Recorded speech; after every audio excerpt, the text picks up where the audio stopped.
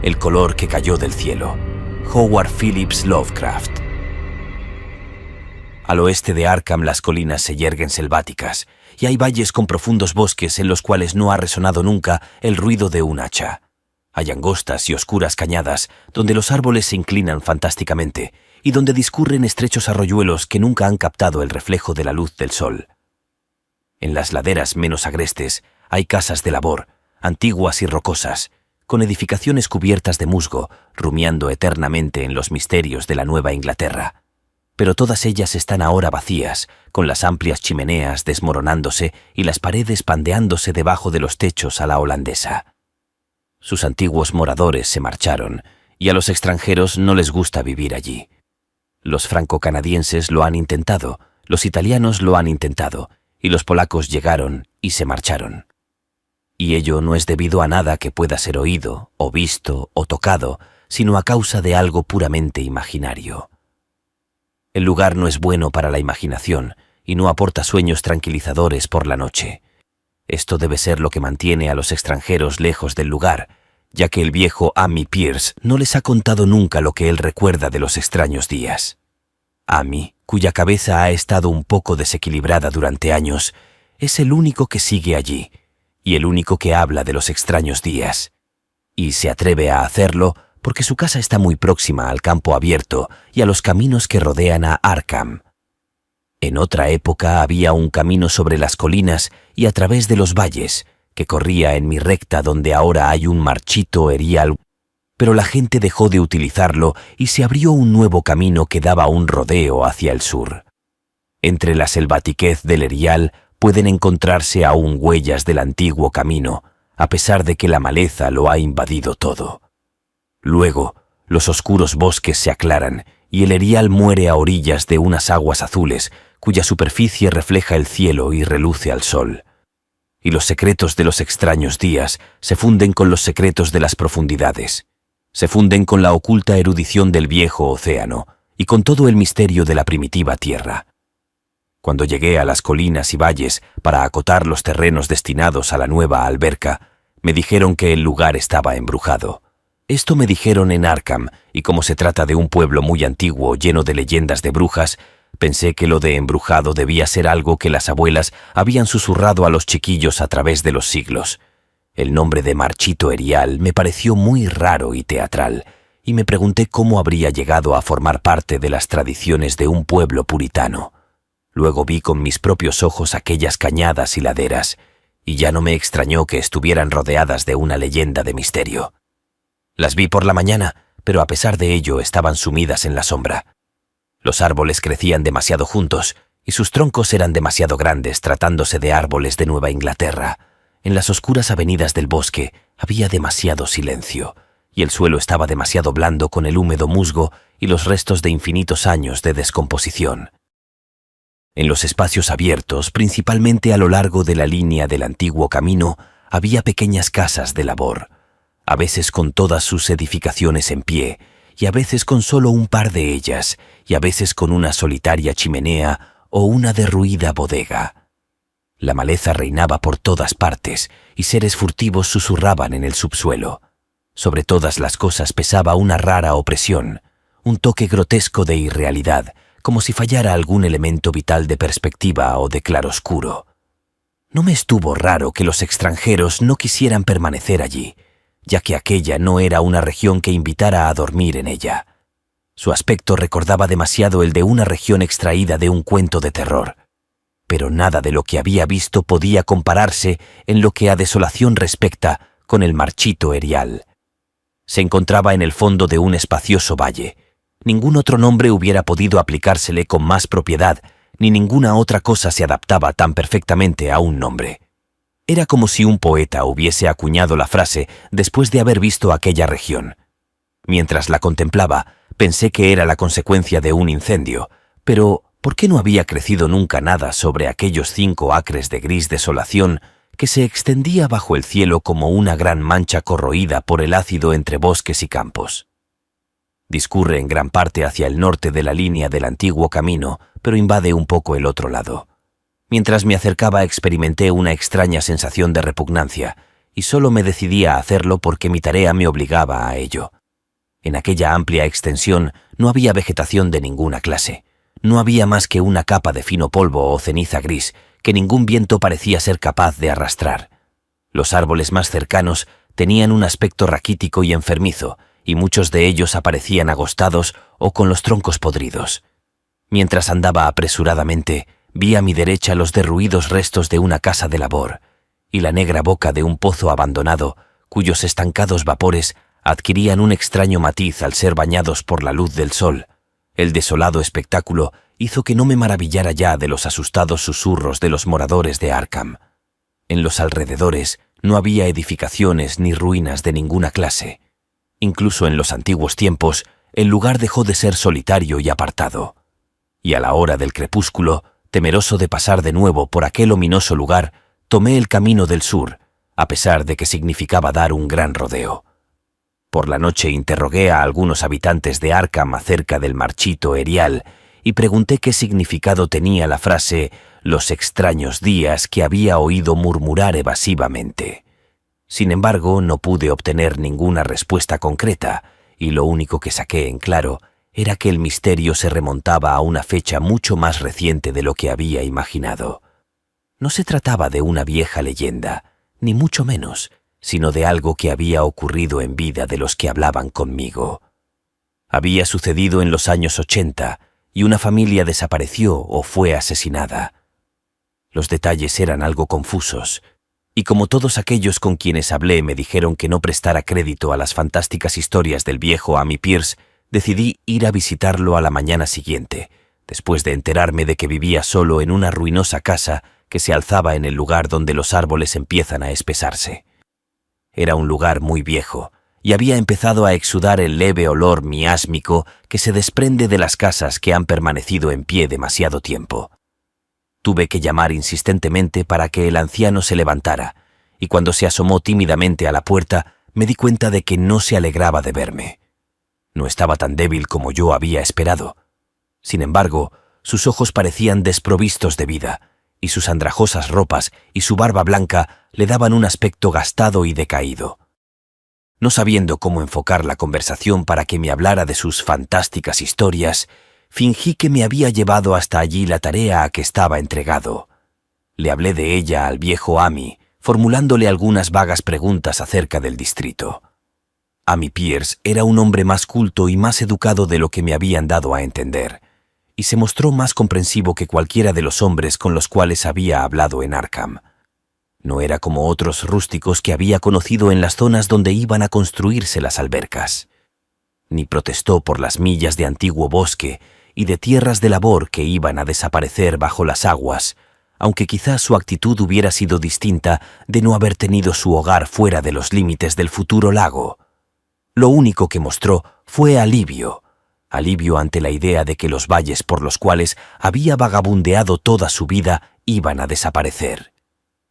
Estarían mejor debajo del agua desde los extraños días. Y, al decir esto, su ronca voz se hizo más apagada, mientras su cuerpo se inclinaba hacia adelante y el dedo índice de su mano derecha empezaba a señalar de un modo tembloroso e impresionante.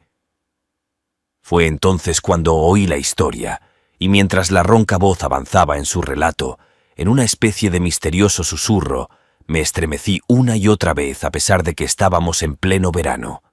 Tuve que interrumpir al narrador con frecuencia para poner en claro puntos científicos que él solo conocía a través de lo que había dicho un profesor, cuyas palabras repetía como un papagayo, aunque su memoria había empezado ya a flaquear, o para tender un puente entre dato y dato, cuando fallaba su sentido de la lógica y de la continuidad. Cuando hubo terminado, no me extrañó que su mente estuviera algo desequilibrada, ni que a la gente de Arkham no le gustara hablar del marchito erial. Me apresuré a regresar a mi hotel antes de la puesta del sol, ya que no quería tener las estrellas sobre mi cabeza encontrándome al aire libre. Al día siguiente regresé a Boston para dar mi informe. No podía ir de nuevo a aquel oscuro caos de antiguos bosques y laderas, ni enfrentarme otra vez con aquel gris erial donde el negro pozo abría sus fauces al lado de los derruidos restos de una casa de labor. La alberca iba a ser construida inmediatamente y todos aquellos antiguos secretos quedarían enterrados para siempre bajo las profundas aguas. Pero creo que ni cuando esto sea una realidad, me gustará visitar aquella región por la noche. Al menos, no cuando brillan en el cielo las siniestras estrellas. Todo empezó, dijo el viejo Ami, con el meteorito. Antes no se habían oído leyendas de ninguna clase, e incluso en la remota época de las brujas, aquellos bosques occidentales no fueron ni la mitad de temidos que la pequeña isla del Miskatonic, donde el diablo concedía audiencias al lado de un extraño altar de piedra, más antiguo que los indios. Aquellos no eran bosques hechizados, y su fantástica oscuridad no fue nunca terrible hasta los extraños días. Luego había llegado aquella blanca nube meridional, se había producido aquella cadena de explosiones en el aire y aquella columna de humo en el valle.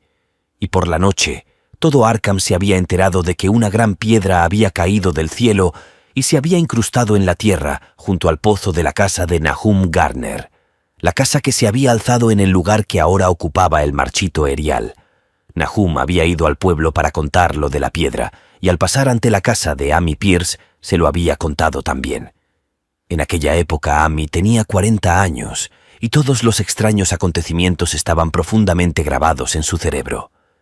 Ami y su esposa habían acompañado a los 3 profesores de la Universidad de Miskatonic que se presentaron a la mañana siguiente para ver al fantástico visitante que procedía del desconocido espacio estelar, y habían preguntado cómo era que Nahum había dicho el día antes que era muy grande. Nahum, señalando la parduzca mole que estaba junto a su pozo, dijo que se había encogido.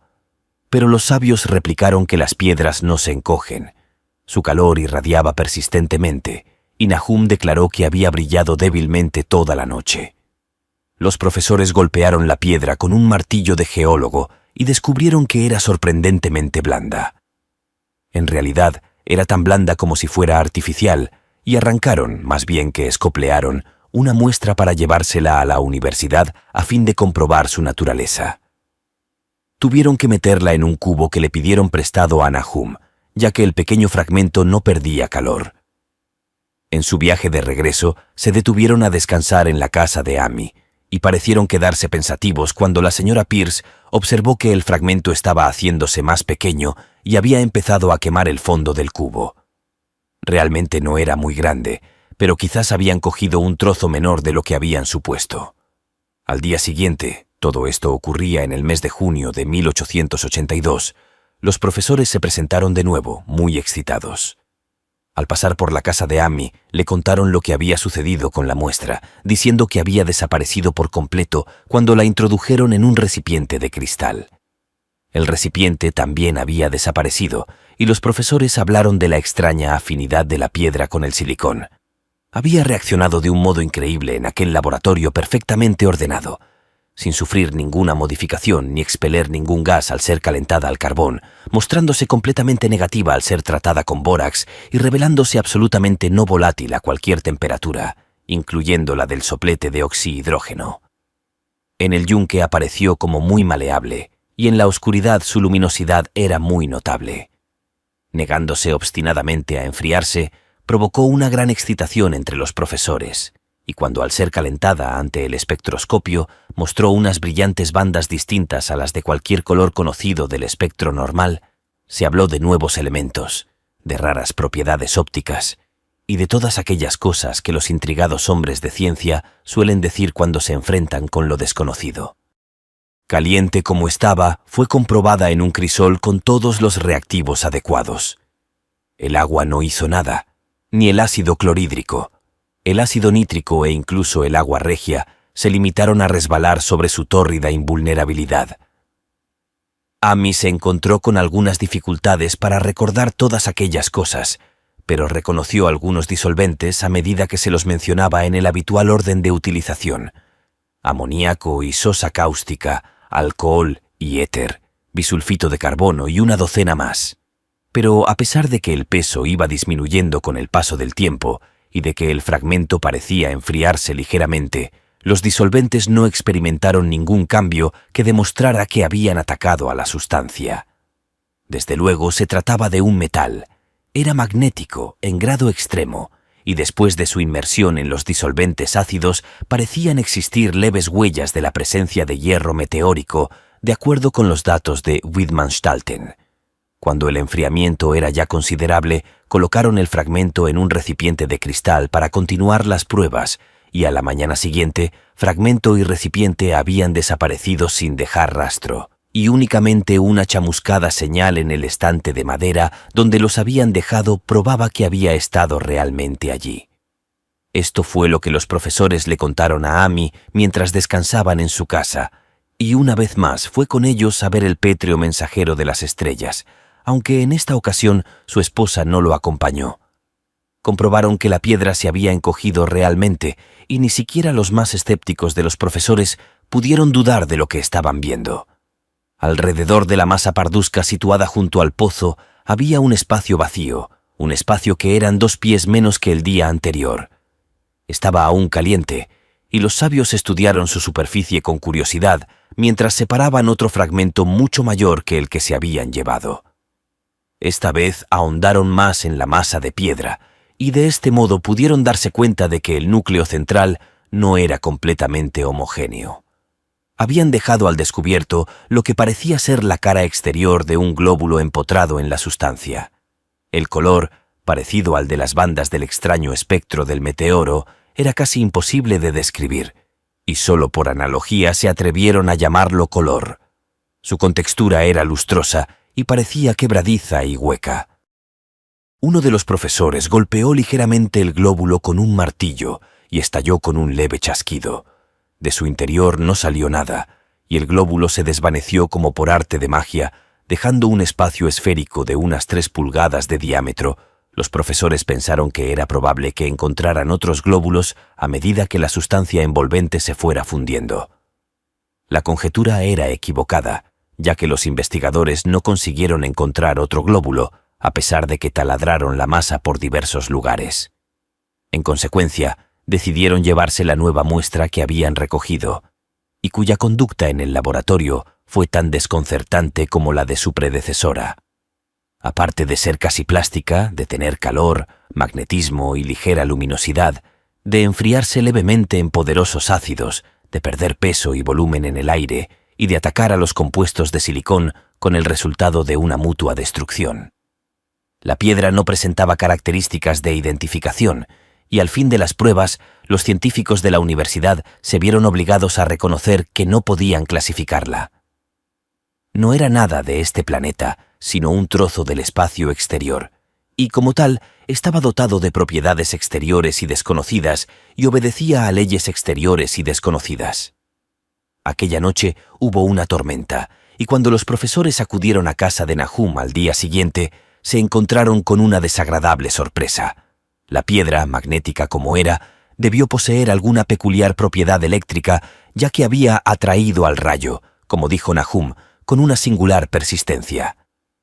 En el espacio de 1 hora, el granjero vio cómo el rayo hería 6 veces la masa que se encontraba junto al pozo, y al cesar, la tormenta descubrió que la piedra había desaparecido. Los científicos, profundamente decepcionados, tras comprobar el hecho de la total desaparición, decidieron que lo único que podían hacer era regresar al laboratorio y continuar analizando el fragmento que se habían llevado el día anterior y que como medida de precaución hablan encerrado en una caja de plomo. El fragmento duró una semana transcurrida, la cual no se había llegado a ningún resultado positivo. La piedra desapareció, sin dejar ningún residuo, y con el tiempo los profesores apenas creían que habían visto realmente aquel misterioso vestigio de los insondables abismos exteriores. Aquel único, fantástico mensaje de otros universos y otros reinos de materia, energía y entidad. Como era lógico, los periódicos de Arkham hablaron mucho del incidente y enviaron a sus reporteros a entrevistar a Nahum y a su familia. Un rotativo de Boston envió también un periodista, y Nahum se convirtió rápidamente en una especie de celebridad local. Era un hombre delgado, de unos 50 años, que vivía con su esposa y sus 3 hijos del producto de lo que cultivaba en el valle. Él y Amy se hacían frecuentes visitas, lo mismo que sus esposas, y Ammi solo tenía frases de elogio para él después de todos aquellos años. Parecía estar orgulloso de la atención que había despertado el lugar, y en las semanas que siguieron a su aparición y desaparición habló con frecuencia del meteorito. Los meses de julio y agosto fueron cálidos, y Nahum trabajó de firme en sus campos, y las faenas agrícolas lo cansaron más de lo que lo habían cansado otros años, por lo que llegó a la conclusión de que los años habían empezado a pesarle. Luego llegó la época de la recolección. Las peras y manzanas maduraban lentamente, y Nahum aseguraba que sus huertos tenían un aspecto más floreciente que nunca. La fruta crecía hasta alcanzar un tamaño fenomenal y un brillo musitado, y su abundancia era tal que Nahum tuvo que comprar unos cuantos barriles más a fin de poder embalar la futura cosecha. Pero con la maduración llegó una desagradable sorpresa, ya que toda aquella fruta de opulenta presencia resultó incomible. En vez del delicado sabor de las peras y manzanas, la fruta tenía un amargor insoportable. Lo mismo ocurrió con los melones y los tomates, y Nahum vio con tristeza cómo se perdía toda su cosecha. Buscando una explicación a aquel hecho, no tardó en declarar que el meteorito había envenenado el suelo, y dio gracias al cielo porque la mayor parte de las otras cosechas se encontraban en las tierras altas a lo largo del camino. El invierno se presentó muy pronto y fue muy frío. Ammi veía a Nahum con menos frecuencia que de costumbre, y observó que empezaba a tener un aspecto preocupado. También el resto de la familia había asumido un aire taciturno, y fueron espaciando sus visitas a la iglesia y su asistencia a los diversos acontecimientos sociales de la comarca. No pudo encontrarse ningún motivo para aquella reserva o melancolía, aunque todos los habitantes de la casa daban muestras de cuando en cuando de un empeoramiento en su estado de salud física y mental. Esto se hizo más evidente cuando el propio Nahum declaró que estaba preocupado por ciertas huellas de pasos que había visto en la nieve. Se trataba de las habituales huellas invernales de las ardillas rojas, de los conejos blancos y de los zorros, pero el caviloso granjero afirmó que encontraba algo raro en la naturaleza y disposición de aquellas huellas. No fue más explícito, pero parecía creer que no era característica de la anatomía y las costumbres de ardillas y conejos y zorros. Ammi no hizo mucho caso de todo aquello hasta una noche que pasó por delante de la casa de Nahum en su trineo, en su camino de regreso de Clark's Corners. En el cielo brillaba la luna, y un conejo cruzó corriendo el camino, y los saltos de aquel conejo eran más largos de lo que les hubiera gustado a Ammi y a su caballo. Este último, en realidad, se hubiera desbocado si su dueño no hubiera empuñado las riendas con mano firme. A partir de entonces, Ammi mostró un mayor respeto por las historias que contaba Nahum, y se preguntó por qué los perros de Gardner parecían estar tan asustados y temblorosos cada mañana. Incluso habían perdido el ánimo para ladrar. En el mes de febrero, los chicos de MacGregor, de Meadow Hill, salieron a cazar marmotas, y no lejos de las tierras de Gardner capturaron un ejemplar muy especial. Las proporciones de su cuerpo parecían ligeramente alteradas de un modo muy raro, imposible de describir, en tanto que su rostro tenía una expresión que hasta entonces nadie había visto en el rostro de una marmota. Los chicos quedaron francamente asustados y tiraron inmediatamente el animal, de modo que por la comarca solo circuló la grotesca historia que los mismos chicos contaron. Pero esto, unido a la historia del conejo que asustaba a los caballos en las inmediaciones de la casa de Nahum, dio pie a que empezara a tomar cuerpo una leyenda, susurrada en voz baja. La gente aseguraba que la nieve se había fundido mucho más rápidamente en los alrededores de la casa de Nahum que en otras partes, y a principios de marzo se produjo una agitada discusión en la tienda de Potter de Clark's Corners. Stephen Rice había pasado por las tierras de Gardner a primera hora de la mañana y se había dado cuenta de que la hierba fétida empezaba a crecer en todo el fangoso suelo. Hasta entonces no se había visto hierba fétida de aquel tamaño, y su color era tan raro que no podía ser descrito con palabras. Sus formas eran monstruosas, y el caballo había relinchado lastimeramente ante la presencia de un hedor que hirió también desagradablemente el olfato de Stephen. Aquella misma tarde, varias personas fueron a ver con sus propios ojos aquella anomalía, y todas estuvieron de acuerdo en que las plantas de aquella clase no podían brotar en un mundo saludable. se mencionaron de nuevo los frutos amargos del otoño anterior, y corrió de boca en boca que las tierras de Nahum estaban emponzoñadas. Desde luego, se trataba del meteorito, y recordando lo extraño que les había parecido a los hombres de la universidad, varios granjeros hablaron del asunto con ellos. Un día hicieron una visita a Nahum, pero como se trataba de unos hombres que no prestaban crédito con facilidad a las leyendas, sus conclusiones fueron muy conservadoras.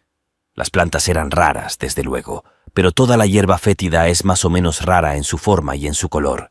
Quizás algún elemento mineral del meteorito había penetrado en la tierra, pero no tardaría en desaparecer. Y en cuanto a las huellas en la nieve y a los caballos asustados, se trataba únicamente de habladurías sin fundamento que habían nacido a consecuencia de la caída del meteorito. Pero unos hombres serios no podían tener en cuenta las habladurías de los campesinos, ya que los supersticiosos labradores dicen y creen cualquier cosa. Ese fue el veredicto de los profesores acerca de los extraños días. Solo uno de ellos, encargado de analizar 2 redomas de polvo en el curso de una investigación policíaca, año y medio más tarde, recordó que el extraño color de la hierba fétida era muy parecido al de las insólitas bandas de luz que reveló el fragmento del meteoro en el espectroscopio de la universidad, y al del glóbulo que encontraran en el interior de la piedra. En el análisis que el mencionado profesor llevó a cabo, las muestras revelaron al principio las mismas insólitas bandas, aunque más tarde perdieran la propiedad.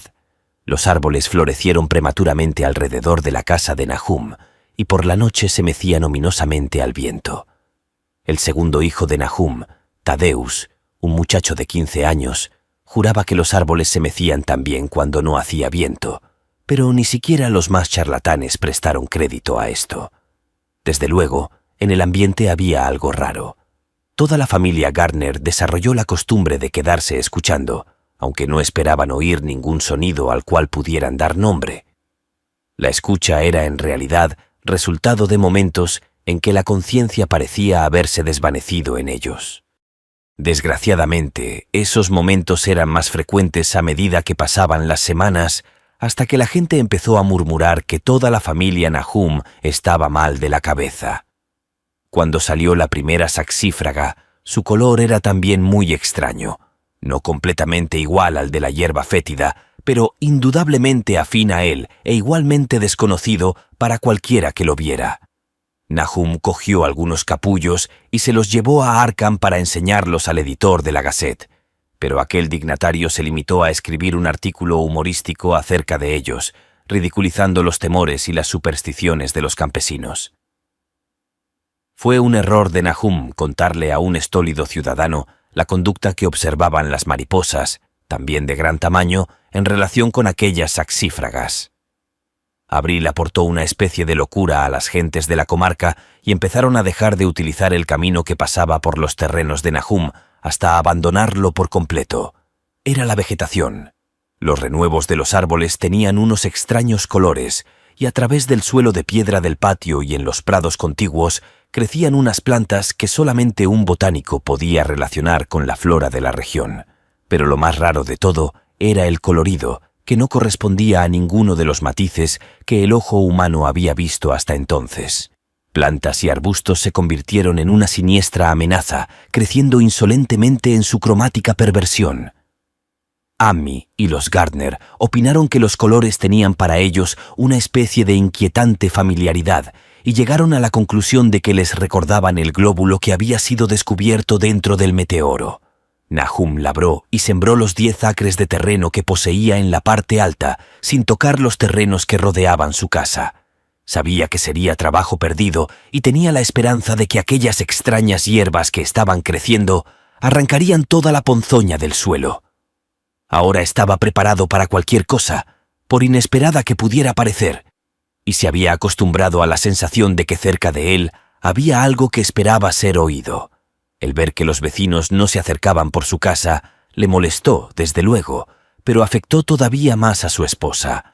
Los chicos no lo notaron tanto porque iban a la escuela todos los días, pero no pudieron evitar el enterarse de las habladurías, las cuales los asustaron un poco, especialmente a Tadeus, que era un muchacho muy sensible.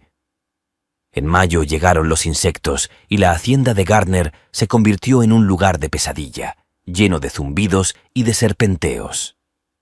La mayoría de aquellos animales tenían un aspecto insólito y se movían de un modo muy raro, y sus costumbres nocturnas contradecían todas las anteriores experiencias. Los Gardner adquirieron el hábito de mantenerse vigilantes durante la noche. Miraban en todas direcciones en busca de algo, aunque no podían decir de qué.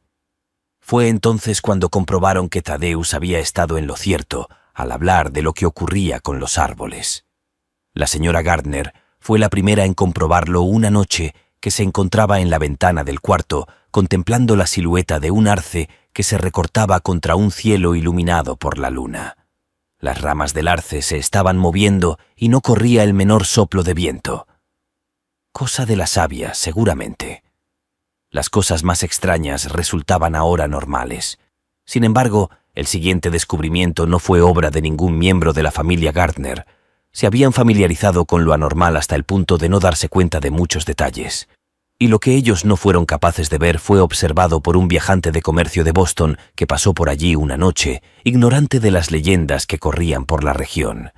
Lo que contó en Arkham apareció en un breve artículo publicado por la Gazette, y aquel artículo fue lo que todos los granjeros, incluido Nahum, se echaron primero a los ojos. La noche había sido oscura, pero alrededor de una granja del valle, que todo el mundo supo que se trataba de la granja de Nahum, la oscuridad había sido menos intensa. Una leve aunque visible fosforescencia parecía surgir de toda la vegetación, y en un momento determinado un trozo de aquella fosforescencia se deslizó furtivamente por el patio que había cerca del granero.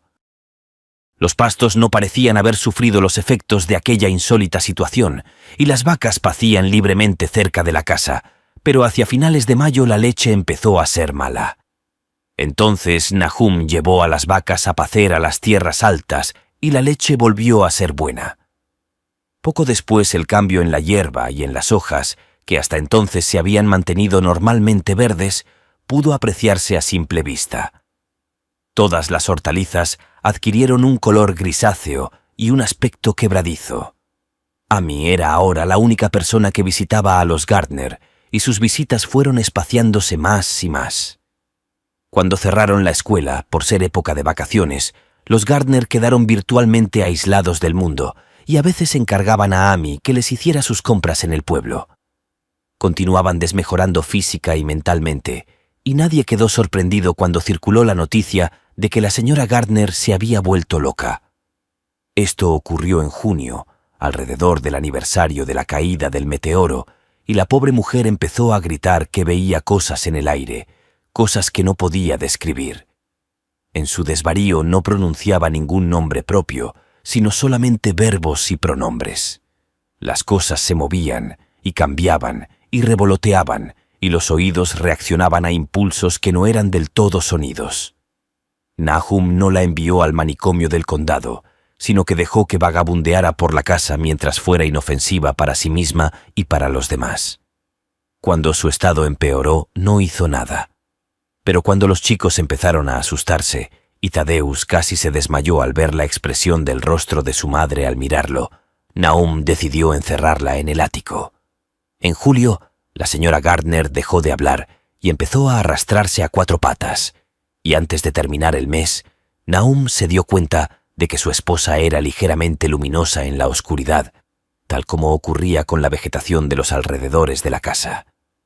Esto sucedió un poco antes de que los caballos se dieran a la fuga. Algo los había despertado durante la noche, y sus relinchos y su cocear habían sido algo terrible. A la mañana siguiente, cuando Nahum abrió la puerta del establo, los animales salieron disparados como alma que lleva el diablo. Nahum tardó una semana en localizar a los cuatro, y cuando los encontró se vio obligado a matarlos porque se habían vuelto locos y no había quien los manejara. Nahum le pidió prestado un caballo a Ammi para acarrear el heno, pero el animal no quiso acercarse al granero. Respingó, se encabritó y relinchó, y al final tuvieron que dejarlo en el patio, mientras los hombres arrastraban el carro hasta situarlo junto al granero. Entretanto, la vegetación iba tomándose gris y quebradiza. Incluso las flores, cuyos colores habían sido tan extraños, se volvían grises ahora, y la fruta era gris y enana e insípida. Las jarillas y el trébol dorado dieron flores grises y deformes, y las rosas, las rascamoños y las malvarrosas del patio delantero tenían un aspecto tan horrendo que Cenas, el mayor de los hijos de Nahum, las cortó todas. Al mismo tiempo fueron muriéndose todos los insectos, incluso las abejas que habían abandonado sus colmenas. En septiembre toda la vegetación se había desmenuzado, convirtiéndose en un polvillo grisáceo, y Nahum temió que los árboles murieran antes de que la ponzoña se hubiera desvanecido del suelo. Su esposa tenía ahora accesos de furia, durante los cuales profería unos gritos terribles, y Nahum y sus hijos vivían en un estado de perpetua tensión nerviosa. No se trataban ya con nadie, y cuando la escuela volvió a abrir sus puertas, los chicos no acudieron a ella. Fue Amy, en una de sus raras visitas, quien descubrió que el agua del pozo ya no era buena. Tenía un gusto endiablado, que no era exactamente fétido ni exactamente salobre, y Amy aconsejó a su amigo que excavara otro pozo en las tierras altas para utilizarlo hasta que el suelo volviera a ser bueno. Sin embargo, Nahum no hizo el menor caso de aquel consejo, ya que había llegado a impermeabilizarse contra las cosas raras y desagradables. Él y sus hijos siguieron utilizando la teñida agua del pozo, bebiéndola con la misma indiferencia con que comían sus escasos y mal cocidos alimentos y con que realizaban sus improductivas y monótonas tareas a través de unos días sin objetivo. Había algo de estólida resignación en todos ellos, como si anduvieran en otro mundo entre hileras de anónimos guardianes hacia un lugar familiar y seguro. Tadeusz se volvió loco en septiembre, después de una visita al pozo. Había ido allí con un cubo y había regresado con las manos vacías, encogiendo y agitando los brazos y murmurando algo acerca de los colores movibles que había allí abajo. Dos locos en una familia representaban un grave problema, pero Nahum se portó valientemente. Dejó que el muchacho se moviera a su antojo durante una semana, hasta que empezó a portarse peligrosamente, y entonces lo encerró en el ático, enfrente de la habitación ocupada por su madre. El modo como se gritaban el uno al otro desde detrás de sus cerradas puertas era algo terrible, especialmente para el pequeño Merwin, que imaginaba que su madre y su hermano hablaban en algún terrible lenguaje que no era de este mundo. Merwin se estaba convirtiendo en un chiquillo peligrosamente imaginativo, y su estado empeoró desde que encerraron al hermano que había sido su mejor compañero de juegos. Casi al mismo tiempo empezó la mortalidad entre el ganado. Las aves de corral adquirieron un color gris y murieron rápidamente. Los cerdos engordaron desordenadamente y luego empezaron a experimentar repugnantes cambios que nadie podía explicar. Su carne era desaprovechable, desde luego, y Nahum no sabía qué pensar ni qué hacer. Ningún veterinario rural quiso acercarse a su casa, y el veterinario de Arkham quedó francamente desconcertado. La cosa resultaba tanto más inexplicable por cuanto aquellos animales no habían sido alimentados con la vegetación emponzoñada. Luego les llegó el turno a las vacas. Ciertas zonas, y a veces el cuerpo entero, aparecieron anormalmente hinchadas o comprimidas, y aquellos síntomas fueron seguidos de atroces colapsos o desintegraciones. En las últimas fases, que terminaban siempre con la muerte, adquirían un color grisáceo y un aspecto quebradizo, tal como había ocurrido con los cerdos. En el caso de las vacas no podía hablarse de veneno, ya que estaban encerradas en mi establo. Ninguna mordedura de un animal salvaje podía haber inoculado el virus, ya que no hay ningún animal terrestre que pueda pasar a través de obstáculos sólidos. Debía tratarse de una enfermedad natural, aunque resultaba imposible conjeturar qué clase de enfermedad producía aquellos terribles resultados. En la época de la cosecha no quedaba ningún animal vivo en la casa, ya que el ganado y las aves de corral habían muerto y los perros habían huido. Los perros, en número de 3, habían desaparecido una noche y no volvieron a aparecer. Los 5 gatos se habían marchado un poco antes, pero su desaparición apenas fue notada, ya que en la casa no había ahora ratones y únicamente la señora Gardner sentía cierto afecto por los graciosos felinos. El 19 de octubre, Nahum se presentó en casa de Amy con espantosas noticias.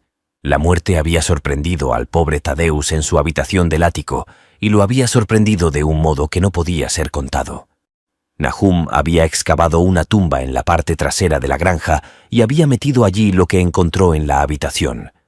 En la habitación no podía haber entrado nadie, ya que la pequeña ventana enrejada y la cerradura de la puerta estaban intactas.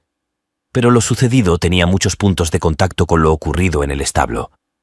Amy y su esposa consolaron al atribulado granjero lo mejor que pudieron, aunque no consiguieron evitar un estremecimiento. El horror parecía rondar alrededor de los Gardner y de todo lo que tocaban, y la sola presencia de uno de ellos en la casa era como un soplo de regiones innominadas e innominables. Amy acompañó a Nahum a su hogar de muy mala gana e hizo lo que pudo para calmar los histéricos sollozos del pequeño Merwin. Zenas no necesitaba ser calmado. Se encontraba en un estado de completo atontamiento y se limitaba a mirar fijamente un punto indeterminado del espacio y a obedecer lo que su padre le ordenaba. Y Amy pensó que ese estado de abulia era lo mejor que podía ocurrirle. De cuando en cuando los gritos de Merwin eran contestados desde el ático, y en respuesta a una mirada interrogadora, Nahum dijo que su esposa estaba muy débil. Cuando se acercaba la noche, Amy se las arregló para marcharse, ya que ningún sentimiento de amistad podía hacerle permanecer en aquel lugar cuando la vegetación empezaba a brillar débilmente y los árboles podían o no moverse sin que soplara el viento. Era una verdadera suerte para Amy el hecho de que no fuese una persona imaginativa. De haberlo sido, de haber podido relacionar y reflexionar sobre todos los portentos que lo rodeaban, no cabe duda de que hubiese perdido la chaveta. A la hora del crepúsculo, regresó apresuradamente a su casa, sintiendo resonar terriblemente en sus oídos los gritos de la loca y del pequeño Merwin.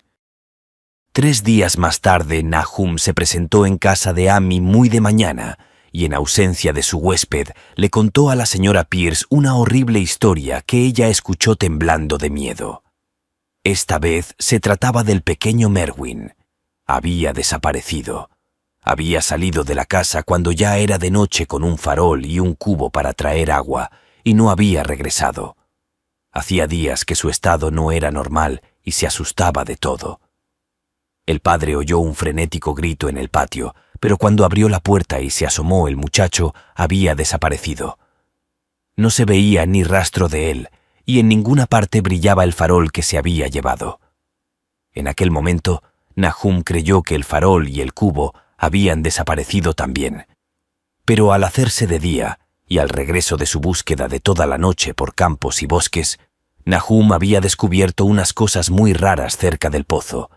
Una retorcida y semifundida masa de hierro que había sido indudablemente el farol, y junto a ella una asa doblada junto a otra masa de hierro, asimismo retorcida y semifundida, que correspondía al cubo. Eso fue todo. Nahum imaginaba lo inimaginable. La señora Pierce estaba como atontada, y Amy, cuando llegó a casa y oyó la historia, no pudo dar ninguna opinión. Merwin había desaparecido, y sería inútil decírselo a la gente que vivía en aquellos alrededores y que huían de los Gardner como de la peste. Tan inútil como decírselo a los ciudadanos de Arkham que se reían de todo. Tad había desaparecido, y ahora había desaparecido Merwin. Algo estaba arrastrándose y arrastrándose, esperando ser visto y oído. Nahum no tardaría en morirse, y deseaba que Amy velara por su esposa y por Zenas, si es que lo sobrevivían. Todo aquello era un castigo de alguna clase, aunque Nahum no podía adivinar a qué se debía, ya que siempre había vivido en el santo temor de Dios. Durante más de 2 semanas, Amy no tuvo ninguna noticia de Nahum, y entonces, preocupado por lo que pudiera haber ocurrido, dominó sus temores y efectuó una visita a la casa de los Gardner. De la chimenea no salía humo, y por unos instantes el visitante temió lo peor. El aspecto de la granja era impresionante. Hierba y hojas grisáceas en el suelo, parras cayéndose a pedazos de arcaicas paredes y aleros, y enormes árboles desnudos silueteándose malignamente contra el gris cielo de noviembre. Amy no pudo dejar de notar que se había producido un sutil cambio en la inclinación de las ramas. Pero Nahum estaba vivo, después de todo, Estaba muy débil y reposaba en un catre en la cocina de techo bajo, pero conservaba la lucidez y seguía dando órdenes a Cenas. La estancia estaba mortalmente fría, y al ver que Ami se estremecía, Nahum le gritó a Cenas que trajera más leña. La leña, en realidad, era muy necesaria, ya que el cavernoso hogar estaba apagado y vacío, y el viento que se filtraba chimenea abajo era helado. De pronto, Nahum le preguntó si la leña que había traído su hijo lo hacía sentirse más cómodo, y entonces Ami se dio cuenta de lo que había ocurrido. Finalmente, la mente del granjero había dejado de resistir a la intensa presión de los acontecimientos. Interrogando discretamente a su vecino, Ami no consiguió poner en claro lo que le había sucedido a Cenas. «En el pozo, vive en el pozo», fue todo lo que su padre dijo. Luego el visitante recordó súbitamente a la esposa loca y cambió de tema. «¿Nabi? Está aquí, desde luego», fue la sorprendida respuesta del pobre Nahum, y Ami no tardó en darse cuenta de que tendría que investigar por sí mismo. Dejando al inofensivo granjero en su catre, cogió las llaves que estaban colgadas detrás de la puerta y subió los chirriantes escalones que conducían al ático. La parte alta de la casa estaba completamente silenciosa y no se oía el menor ruido en ninguna dirección. De las 4 puertas a la vista, solo una estaba cerrada, y en ella probó Ami varias llaves del manojo que había cogido. A la tercera tentativa la cerradura giró, y Ami empujó la puerta pintada de blanco. El interior de la habitación estaba completamente a oscuras, ya que la ventana era muy pequeña y estaba medio tapada por las rejas de hierro, y Ami no pudo ver absolutamente nada. El aire estaba muy viciado, y antes de seguir adelante tuvo que entrar en otra habitación y llenarse los pulmones de aire respirable. Cuando volvió a entrar, vio algo oscuro en un rincón, y al acercarse no pudo evitar un grito de espanto. Mientras gritaba, creyó que una nube momentánea había tapado la escasa claridad que penetraba por la ventana, y un segundo después se sintió rozado por una espantosa corriente de vapor.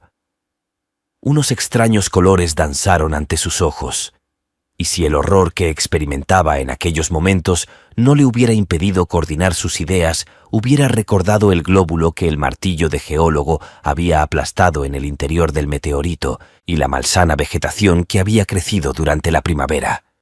Pero, en el estado en que se hallaba, solo pudo pensar en la horrible monstruosidad que tenía enfrente, y que sin duda alguna había compartido la desconocida suerte del joven Tadeus y del ganado. Pero lo más terrible de todo era que aquel horror se movía lenta y visiblemente mientras continuaba desmenuzándose. Ami no me dio más detalles de aquella escena, pero la forma del rincón no reapareció en su relato como un objeto movible. Hay cosas que no pueden ser mencionadas, y lo que se hace por humanidad es a veces cruelmente juzgado por la ley. Comprendí que en aquella habitación del ático no quedó nada que se moviera, y que no dejar allí nada capaz de moverse debió de ser algo horripilante y capaz de acarrear un tormento eterno. Cualquiera, no tratándose de un estólido granjero, se hubiera desmayado o enloquecido, pero Ami volvió a cruzar el umbral de la puerta pintada de blanco y encerró el espantoso secreto detrás de él. Ahora debía ocuparse de Nahum. Este tenía que ser alimentado y atendido, y trasladado a algún lugar donde pudieran cuidarlo. Cuando empezaba a bajar la oscura escalera, Ami oyó un estrépito debajo de él. Incluso le pareció haber oído un grito, y recordó nerviosamente la corriente de vapor que lo había rozado mientras se hallaba en la habitación del ático.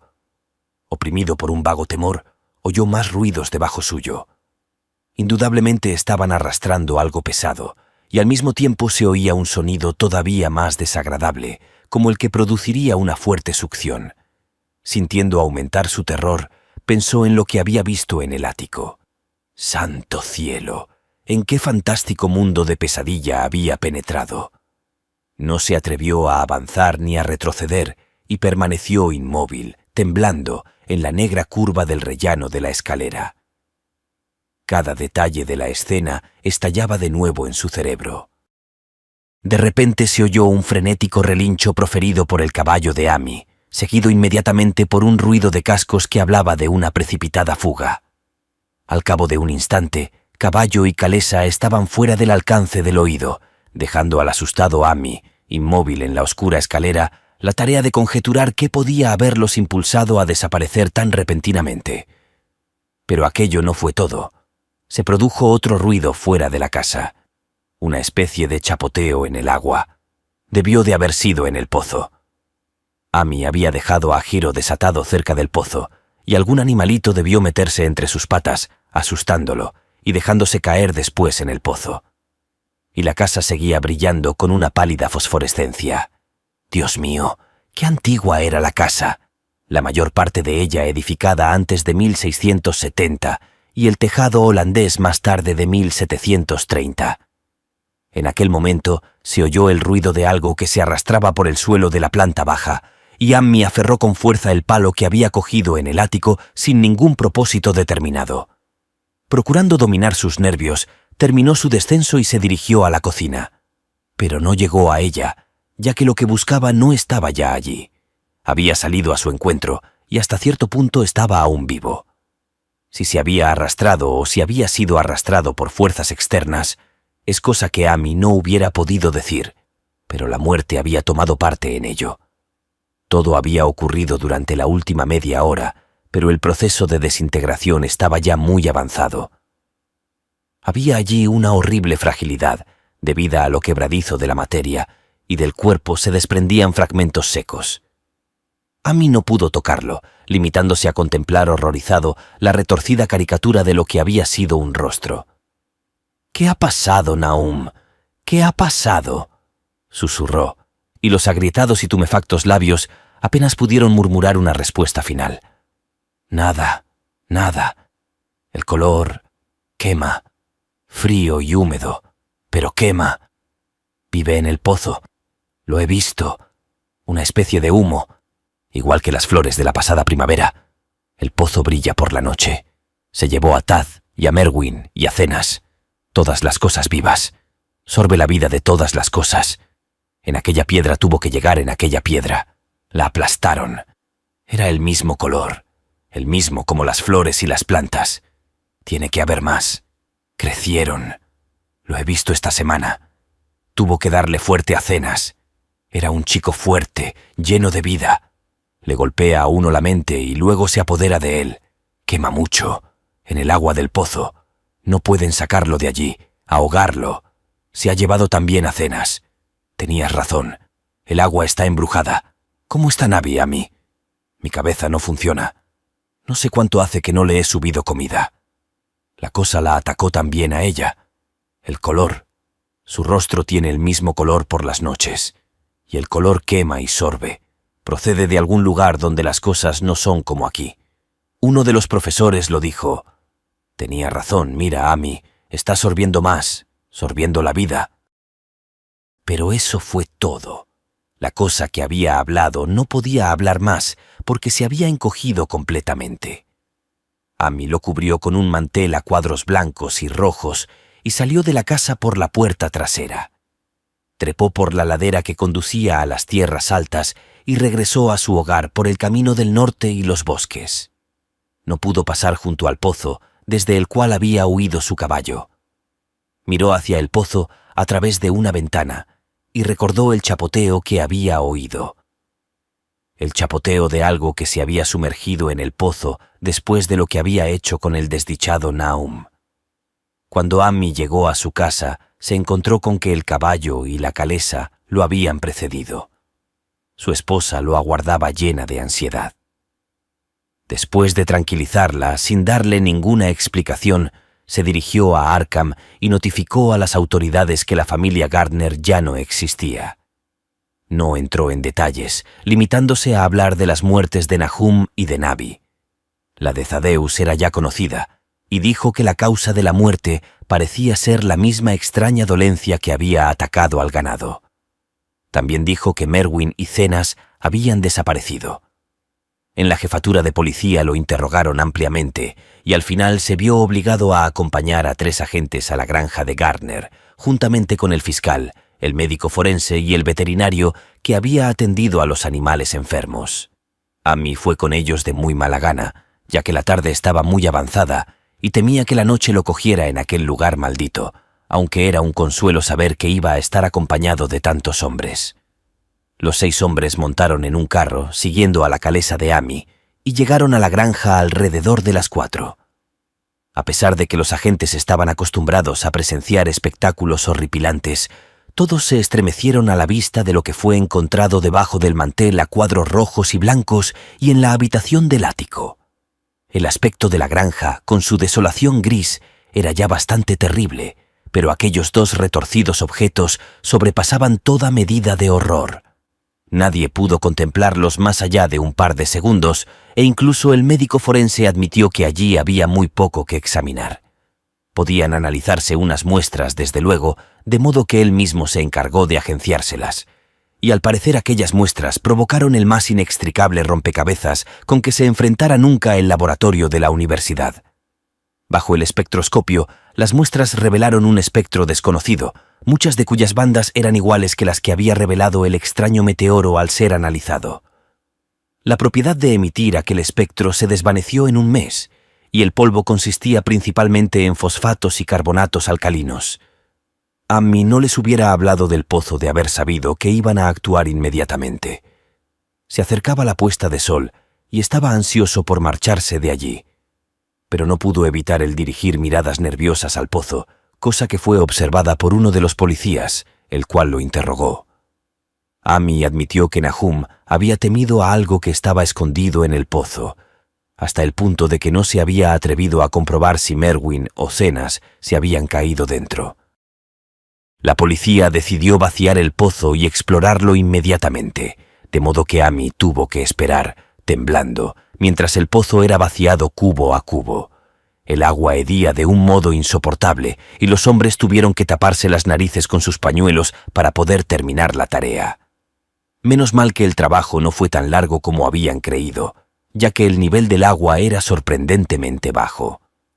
No es necesario hablar con demasiados detalles de lo que encontraron. Merwin y Zenas estaban allí los 2, aunque sus restos eran principalmente esqueléticos. Había también un pequeño cordero y un perro grande en el mismo estado de descomposición, aproximadamente, y cierta cantidad de huesos de animales más pequeños. El limo del fondo parecía inexplicablemente poroso y burbujeante, y un hombre que bajó atado a una cuerda y provisto de una larga pértiga se encontró con que podía hundir la pértiga en el fango en toda su longitud sin encontrar ningún obstáculo. La noche se estaba echando encima y entraron en la casa en busca de faroles. Luego, cuando vieron que no podían sacar nada más del pozo, volvieron a entrar en la casa y conferenciaron en la antigua sala de estar, mientras la intermitente claridad de una espectral media luna iluminaba a intervalos la gris desolación del exterior. Los hombres estaban francamente perplejos ante aquel caso y no podían encontrar ningún elemento convincente que relacionara las extrañas condiciones de los vegetales, la desconocida enfermedad del ganado y de las personas, y las inexplicables muertes de Merwin y Zenas en el pozo. Habían oído los comentarios y las habladurías de la gente, desde luego, pero no podían creer que hubiese ocurrido algo contrario a las leyes naturales. Era evidente que el meteoro había emponzoñado el suelo, pero la enfermedad de personas y animales que no habían comido nada crecido en aquel suelo era harina de otro costal. ¿Se trataba del agua del pozo? Posiblemente. No sería mala idea analizarla. Pero ¿por qué singular locura se habían arrojado los 2 muchachos al pozo? Habían actuado de un modo muy similar, y sus restos demostraban que los 2 habían padecido a causa de la muerte quebradiza y gris. ¿Por qué todas las cosas se volvían grises y quebradizas? El fiscal, sentado junto a una ventana que daba al patio, fue el primero en darse cuenta de la fosforescencia que había alrededor del pozo. La noche había caído del todo, y los terrenos que rodeaban la granja parecían brillar débilmente con una luminosidad que no era la de los rayos de la luna. Pero aquella nueva fosforescencia era algo definido y distinto, y parecía surgir del negro agujero como la claridad apagada de un faro, reflejándose amortiguadamente en las pequeñas charcas que el agua vaciada del pozo había formado en el suelo. La fosforescencia tenía un color muy raro, y mientras todos los hombres se acercaban a la ventana para contemplar el fenómeno, Amy lanzó una violenta exclamación. El color de aquella fantasmal fosforescencia le resultaba familiar. Lo había visto antes y se sintió lleno de temor ante lo que podía significar. Lo había visto en aquel horrendo glóbulo quebradizo hacía 2 veranos. Lo había visto en la vegetación durante la primavera y había creído verlo por un instante aquella misma mañana contra la pequeña ventana enrejada de la horrible habitación del ático donde habían ocurrido cosas que no tenían explicación. Había brillado allí por espacio de 1 segundo y una espantosa corriente de vapor lo había rozado. Y luego el pobre Nahum había sido arrastrado por algo de aquel color. Nahum lo había dicho al final. Había dicho que era como el glóbulo y las plantas. Después se había producido la fuga en el patio y el chapoteo en el pozo. Y ahora aquel pozo estaba proyectando a la noche un pálido e insidioso reflejo del mismo diabólico color. Una prueba fehaciente de la viveza mental de Amy es que en aquel momento de suprema tensión se sintió intrigado por algo que era fundamentalmente científico. Se preguntó cómo era posible recibir la misma impresión de una corriente de vapor deslizándose en pleno día por una ventana abierta al cielo matinal y de una fosforescencia nocturna proyectándose contra el negro y desolado paisaje. No era lógico, resultaba antinatural, y entonces recordó las últimas palabras pronunciadas por su desdichado amigo. Procede de algún lugar donde las cosas no son como aquí. Uno de los profesores lo dijo. Los 3 caballos que se encontraban en el exterior de la casa, atados a unos árboles junto al camino, estaban ahora relinchando y coceando frenéticamente. El conductor del carro se dirigió hacia la puerta para ver qué sucedía, pero Amy apoyó una mano en su hombro. «No salga usted», susurró. «No sabemos lo que sucede ahí afuera». Nahum dijo que en el pozo vivía algo que sorbía la vida. Dijo que era algo que había surgido de una bola redonda, como la que vimos dentro del meteorito que cayó aquí hace más de 1 año. Dijo que quemaba y sorbía, y que era una nube de color como la fosforescencia que ahora sale del pozo, y que nadie puede saber lo que es. Nahum creía que se alimentaba de todo lo viviente y afirmó que lo había visto la pasada semana. Tiene que ser algo caído del cielo, igual que el meteorito, tal como dijeron los profesores de la universidad. Su forma y sus actos no tienen nada que ver con el mundo de Dios. Es algo que procede del más allá. De modo que el hombre se detuvo, indeciso, mientras la fosforescencia que salía del pozo se hacía más intensa y los caballos coceaban y relinchaban con creciente frenesí. Fue realmente un espantoso momento, con los restos monstruosos de 4 personas, 2 en la misma casa y 2 en el pozo, y aquella desconocida iridiscencia que surgía de las fangosas profundidades. Amy había cerrado el paso al conductor del carro, llevado por un repentino impulso, olvidando que a él mismo no le había sucedido nada después de ser rozado por aquella horrible columna de vapor en la habitación del ático, pero no se arrepentía de haberlo hecho. Nadie podía saber lo que había aquella noche en el exterior. Nadie podía conocer la índole de los peligros que podían acechar a un hombre enfrentado con una amenaza completamente desconocida. De repente, uno de los policías que estaba en la ventana profirió una exclamación.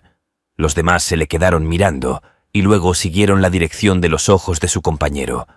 No había necesidad de palabras. Lo que había de discutible en las habladurías de los campesinos ya no podría ser discutido en adelante porque allí había 6 testigos de excepción, media docena de hombres que, por la índole de sus profesiones, no creían más que lo que veían con sus propios ojos. Ante todo es necesario dejar sentado que a aquella hora de la noche no soplaba ningún viento. Poco después empezó a soplar, pero en aquel momento el aire estaba completamente inmóvil. Y sin embargo, en medio de aquella tensa y absoluta calma, los árboles del patio estaban moviéndose. Se movían morbosa y espasmódicamente, agitando sus desnudas ramas, en convulsivas y epilépticas sacudidas hacia las nubes bañadas por la luz de la luna, arañando con impotencia el aire inmóvil, como empujados por una misteriosa fuerza subterránea que ascendiera desde debajo de las negras raíces. Por espacio de unos segundos, todos los hombres reunidos en la granja de Gardner contuvieron el aliento. Luego, una nube más oscura que las demás veló la luna, y la silueta de las agitadas ramas se disipó momentáneamente.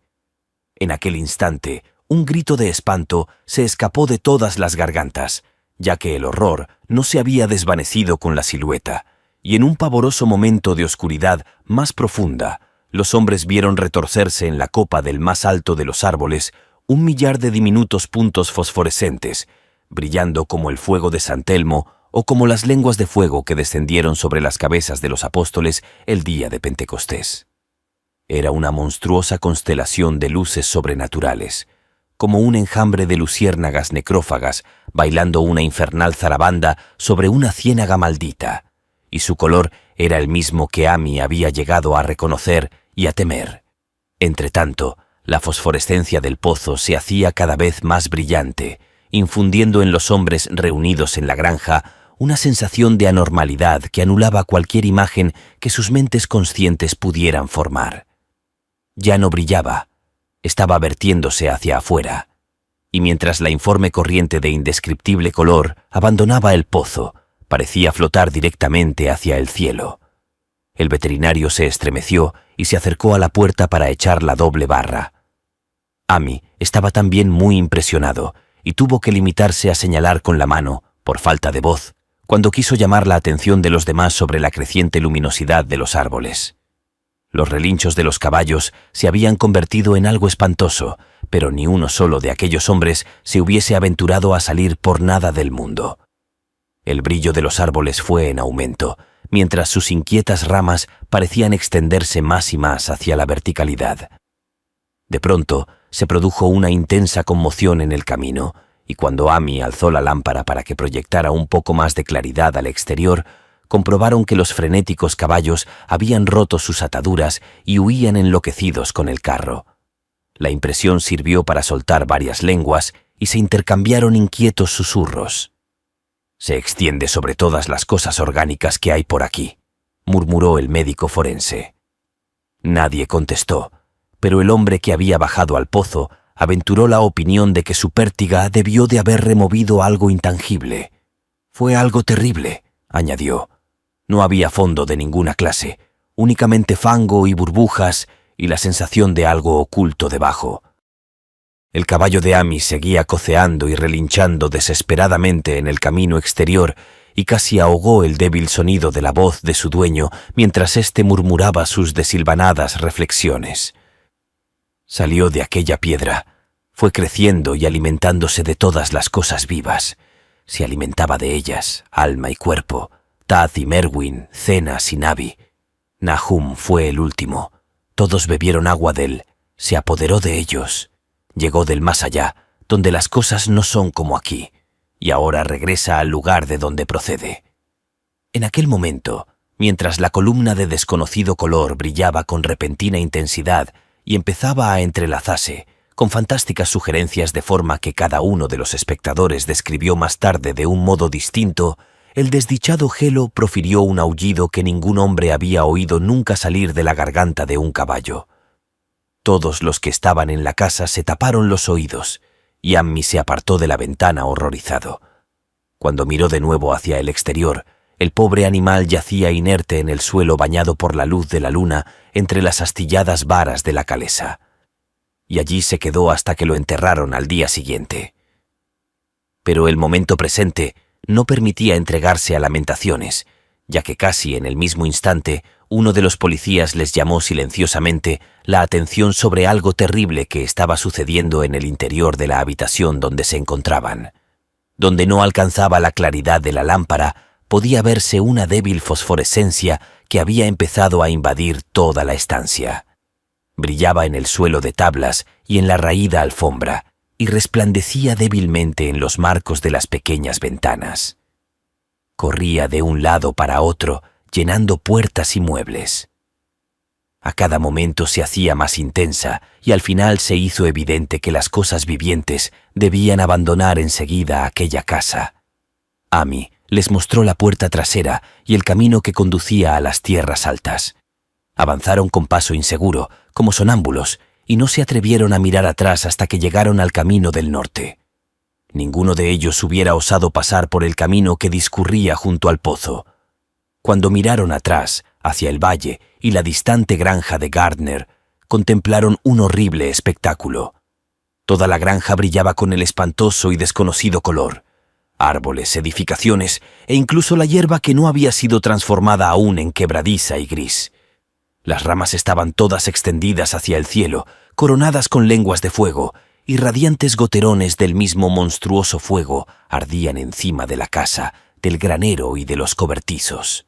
Era una escena de una visión de Fussell, y sobre todo el resto reinaba aquella borrachera de luminoso amorfismo, aquel extraño arco iris de misterioso veneno del pozo, hirviendo, saltando, centelleando y burbujeando malignamente en su cósmico e irreconocible cromatismo.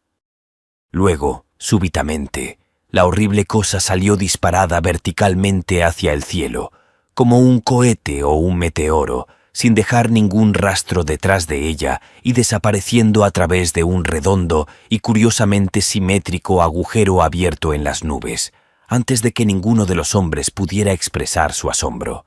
Ningún espectador podría olvidar nunca aquel espectáculo, y Amy se quedó mirando estúpidamente el camino que había seguido el color hasta mezclarse con las estrellas de la Vía Láctea.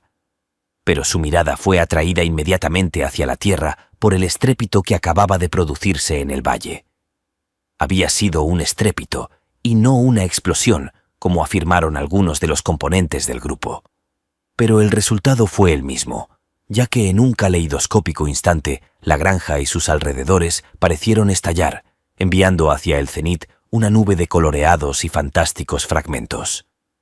Los fragmentos se desvanecieron en el aire, dejando una nube de vapor que al cabo de un segundo se había desvanecido también. Los asombrados espectadores decidieron que no valía la pena esperar a que volviera a salir la luna para comprobar los efectos de aquel cataclismo en la granja de Naum. Demasiado asustados incluso para aventurar alguna teoría, los 7 hombres regresaron a Arkham por el camino del norte. Amy estaba peor que sus compañeros y les suplicó que lo acompañaran hasta su casa en vez de dirigirse directamente al pueblo. Por nada del mundo hubiera cruzado el bosque solo a aquella hora de la noche. Estaba más asustado que los demás porque había sufrido una impresión que los otros se habían ahorrado y se sentía oprimido por un temor que por espacio de muchos años no se atrevió a mencionar. Mientras el resto de los espectadores en aquella tempestuosa colina había vuelto estólidamente sus rostros al camino, Amy había mirado hacia atrás por un instante para contemplar el sombrío valle de desolación al que tantas veces había acudido. Y había visto algo que se alzaba débilmente para hundirse de nuevo en el lugar desde el cual el informe horror había salido disparado hacia el cielo. Era solamente un color, aunque no era ningún color de nuestra tierra ni de los cielos. Y porque Amy reconoció aquel color y supo que sus últimos y débiles restos debían seguir ocultos en el pozo, nunca ha estado completamente cuerdo desde entonces. Amy no se acercaría a aquel lugar por nada del mundo. Hace 44 años que sucedieron los hechos que acabo de narrar, pero Amy no ha vuelto a pisar aquellas tierras y le alegra saber que pronto quedarán enterradas debajo de las aguas. También a mí me alegra la idea, ya que no me gustó nada ver cómo cambiaba de color la luz del sol al reflejarse en aquel abandonado pozo. Espero que el agua será siempre muy profunda, pero aunque así sea nunca la beberé. No creo que regrese a la región de Arkham. 3 de los hombres que habían estado con Amy volvieron al día siguiente para ver las ruinas a la luz del día, pero en realidad no había ruinas. Únicamente los ladrillos de la chimenea, las piedras de la bodega, algunos restos minerales y metálicos y el brocal de aquel nefando pozo, a excepción del caballo de Amy, que enterraron aquella misma mañana, y de la calesa, que no tardaron en devolver a su dueño. Todas las cosas que habían tenido vida habían desaparecido. Solo quedaban 5 acres de desierto polvoriento y grisáceo, y desde entonces no ha crecido en aquellos terrenos ni una brizna de hierba. En la actualidad aparece como una gran mancha comida por el ácido en medio de los bosques y campos, y los pocos que se han atrevido a acercarse por allí, a pesar de las leyendas campesinas, le han dado el nombre de Erial Maldito. Las leyendas campesinas son muy extrañas. Y podrían ser incluso más extrañas si los hombres de la ciudad y los químicos universitarios tuvieran el interés suficiente para analizar el agua de aquel pozo olvidado o el polvo gris que ningún viento parece dispersar.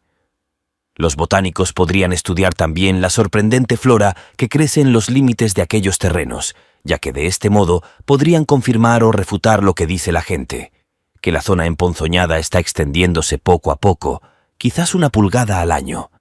La gente dice que el color de la hierba que crece en aquellos alrededores no es el que le corresponde y que los animales salvajes dejan extrañas huellas en la nieve cuando llega el invierno. La nieve no parece cuajar tanto en el Erial Maldito como en otros lugares. Los caballos, los pocos que quedan en esta época motorizada, se ponen nerviosos en el silencioso valle, y los cazadores no pueden acercarse con sus perros a las inmediaciones del Erial Maldito. Dicen también que las influencias mentales son muy malas y que todos los que han tratado de establecerse allí, extranjeros en su inmensa mayoría, han tenido que marcharse acosados por extrañas fantasías y sueños. Ningún viajero ha dejado de experimentar una sensación de extrañeza en aquellas profundas hondonadas, y los artistas tiemblan mientras pintan unos bosques cuyo misterio es tanto de la mente como de la vista. Y yo mismo estoy sorprendido de la sensación que me produjo mi único paseo solitario por aquellos lugares antes de que Amy me contara su historia. No me pregunten mi opinión, no sé. Esto es todo. La única persona que podía ser interrogada acerca de los extraños días es Amy, ya que la gente de Arkham no quiere hablar de este asunto, y los 3 profesores que vieron el meteorito y su coloreado glóbulo están muertos. ¿Había otros glóbulos? Probablemente. Uno de ellos consiguió alimentarse y escapar, en tanto que otro no había podido alimentarse suficientemente y continuaba en el pozo. Los campesinos dicen que la zona emponzoñada se ensancha 1 pulgada cada año, de modo que tal vez existe algún tipo de crecimiento o de alimentación incluso ahora. Pero, sea lo que haya allí, tiene que verse trabado por algo, ya que de no ser así se extendería rápidamente. ¿Está atado a las raíces de aquellos árboles que arañan el aire? Lo que es, solo Dios lo sabe. En términos de materia, supongo que la cosa que Amy describió puede ser llamada un gas, pero aquel gas obedecía a unas leyes que no son de nuestro cosmos. No era fruto de los planetas y soles que brillan en los telescopios y en las placas fotográficas de nuestros observatorios. No era ningún soplo de los cielos cuyos movimientos y dimensiones miden nuestros astrónomos o consideran demasiado vastos para ser medidos. No era más que un color surgido del espacio, un pavoroso mensajero de unos reinos del infinito situados más allá de la naturaleza que nosotros conocemos, de unos reinos cuya simple existencia aturde el cerebro con las inmensas posibilidades extracósmicas que ofrece a nuestra imaginación. Dudo mucho de que Amy me mintiera de un modo consciente, y no creo que su historia sea el relato de una mente desquiciada, como supone la gente de la ciudad. Algo terrible llegó a las colinas y valles con aquel meteoro, y algo terrible, aunque ignoro en qué medida, sigue estando allí. Me alegra pensar que todos aquellos terrenos quedarán inundados por las aguas. Entretanto, espero que no le suceda nada a Amy. Vio tanto de la cosa, y su influencia era tan insidiosa.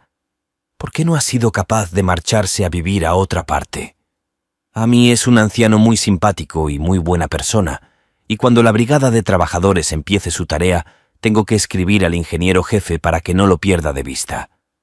Me disgustaría recordarlo como una gris, retorcida y quebradiza monstruosidad de las que turban cada día más mi sueño.